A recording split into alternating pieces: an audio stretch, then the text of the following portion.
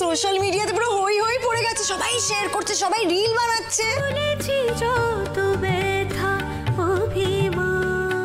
এই দীপু, তোর কেমন লাগছে রে গানটা?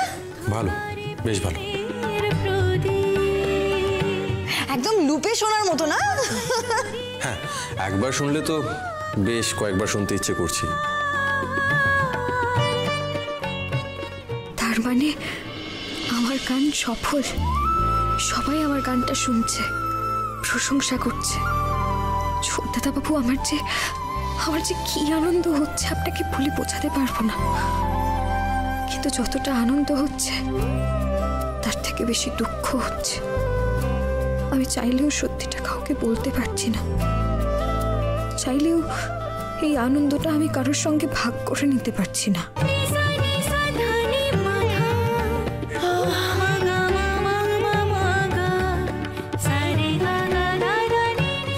গানের লিঙ্কটা আমাকে পাঠাও তো, আজকে সারাদিন ধরে এটাই শুনবো।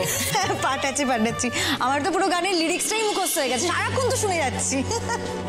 এই যে পাঠিয়ে দিলাম।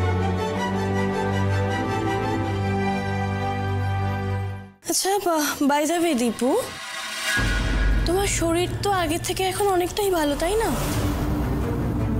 হ্যাঁ। আচ্ছা, তাহলে বাপিকে বলি তুমি কবে থেকে অফিস জয়েন করতে পারবে বলো? তাহলে সেই বুঝে তোমার ব্যাঙ্গালোর যাওয়ার ব্যাপারটা কথা বলে নেব।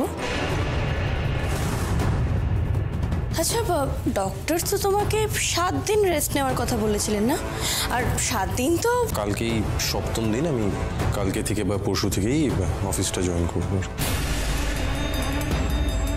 আর যদি কিছুদিনের জন্য বাইরে যেতে হয় আমি যাব। বাইরে মানে? তুই বাইরে যাবি? বাইরে মানে কোথায়? ব্যাঙ্গালোর। ব্যাঙ্গালোর? তোর বাবা জানে? না মা, এখনো কিছু ফাইনাল হয়নি। সবকিছু ঠিকঠাক হলে আমি তোমাদের জানাবো। কিন্তু দীপু, তুই যে এত দূর যাবি, মানে নীলা কি করবে? ও কি একা থাকতে পারবে? না, আমাদের বাড়িতে ও একা একা থাকবে তোকে ছাড়া?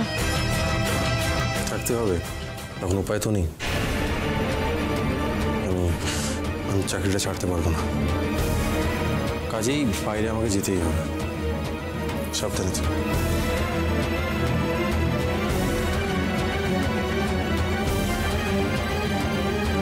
ব্যাঙ্গালোর